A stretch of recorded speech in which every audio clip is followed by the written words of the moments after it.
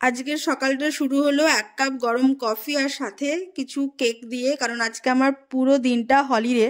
Monday তাও holiday, because আমার সব স্টুডেন্টরা আজকে চলে গেছে সায়েন্স সিটিতে, স্কুল থেকে নিয়ে গেছে। তাই প্ল্যানই করেছিলাম সারা দিনটা রান্না করবো আর ভালো মন্দ খাবো।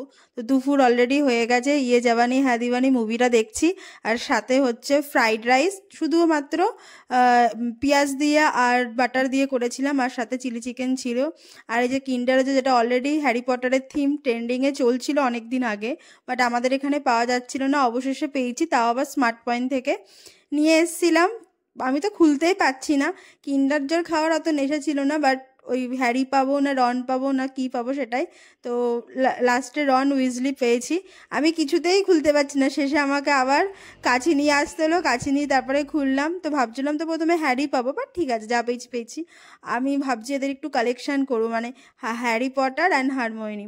তো যাই হোক গিয়ে, আর অনেক বছর পরে বলতে পারো কিন্ডার জয় খেয়েছি, সেই কোন ছোটোবেলায় খেয়েছিলাম।